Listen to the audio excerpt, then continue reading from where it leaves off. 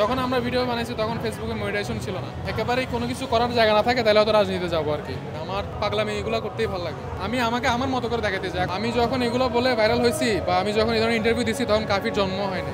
মানুষজন এখন প্রাক্তনকে সেল করতেছে বা এক্সকে সেল করতেছে। এই যে আপনি এই প্রশ্নটাই করবেন এই জন্য আমি ভাবাইছি একটা, করি নেই, করছি আরেকটা।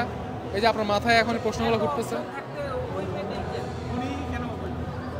কাকে যাকে বিয়ে করছে, ও সে তো আমার স্কুল ফ্রেন্ড ছিল, তো যার কারণে জিনিসটা ইজি হয়েছে আর কি আমার জন্য।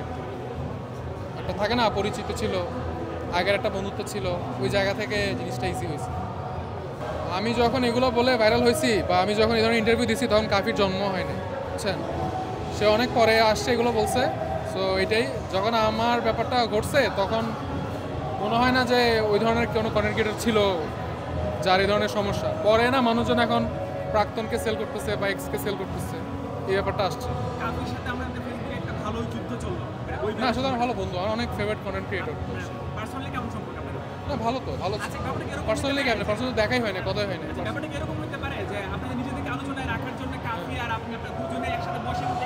না এটা হয় নাই, কারণ ওর সাথে আমার কোনো কথা হয় না পার্সোনালি।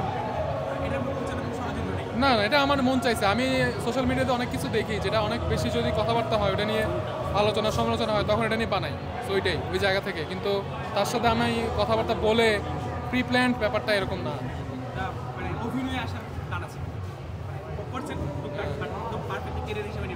হ্যাঁ, যদি ভালো স্ক্রিপ্ট পাই, ভালো সুযোগ পাই তাহলে অবশ্যই। বাট আমি আমার জায়গায় ঠিক আছে, আমার পাগলামি এগুলো করতেই ভালো লাগে। হ্যাঁ, না না, বললাম তো যদি ওরকম ভালো কিছু না হয় তাহলে আগাবো না, কারণ নাটক চাইলে আমি করতে পারি, বাট আমার কাছে ওই কাজটা এতটা ভালো লাগে না। সারাদিন বসে থাকা, দাঁড়িয়ে থাকা একটা সিন, দুইটা সিনের জন্য আমার বোরিং লাগে জিনিসগুলো। হ্যাঁ, ড্রিম থাকে, বাট আমি ওই জায়গাটা ওভাবে মানে তৈরি করতে চাই না। আমি আমার ফিল্ডে থাকতে চাই, আমি আমাকে আমার মতো করে দেখাতে চাই। এখন সিনেমা নাটকগুলো হচ্ছে কি, আরেকজন আমাকে কীভাবে দেখাবে, একটা ডিরেক্টরের ওয়েতে আমাকে থাকতে হবে, কিন্তু আমার কাজের ডিরেক্টর আমি আমাকে আমার মতো করে দেখাবো, ব্যাপারটা এই আর কি। যারা কন্টেন্ট জার্নিতে আসতে যাচ্ছে, ডিফারেন্টলি ফলো করে যে অনেক টাকা ইনকাম করা যাচ্ছে, দর্শক বিল্লালের একটা কন্টেন্ট থেকে অনেক এই জায়গাগুলোতে আসতে যাচ্ছে, ডিফারেন্ট পিছনে অনেক ইন্ডাস্ট্রি পরিস্থিতি থাকে, বাট আপনি তাদের উদ্দেশ্যে কী বলবেন? তাদের উদ্দেশ্যে কি বলবো, ওই টাকা দেখে, এসব দেখে না আসাটাই ভালো। আমি কি পছন্দ করি বা যারা বলতেছে টাকা দেখলেই চলে যাও, আসলে সে কাজটাকে ভালোবাসি কিনা। আমরা তো টাকার জন্য এই কাজগুলো করি নাই। যখন আমরা ভিডিও বানাইছি তখন ফেসবুকে মনিটাইজেশন ছিল না, তো আমরা তো শুরুতে টাকাও পাই নাই, এত স্পন্সর ছিল না। সো টাকা দেখে টাকার জন্য আসাটা বোকামি হবে, রাজনীতিতে আসবেন? মনে হয় না। আমরা হচ্ছে এক সময় দেখতাম যে যারা সিনেমা করতো তারা হচ্ছে একসময় পলিটিক্সে আসে, হ্যাঁ, তারপরে যারা খেলাধুলা করে তারা পলিটিক্সে আসে। আচ্ছা, যদি আমার অনেক খারাপ, কন্টেন্ট ক্রিয়েটররা কিন্তু ধীরে ধীরে হচ্ছে পলিটিক্সে হ্যাঁ হ্যাঁ, যদি খারাপ অবস্থা তৈরি হয়, যদি একেবারেই কোনো কিছু করার জায়গা না থাকে তাহলে হয়তো রাজনীতিতে যাবো আর কি।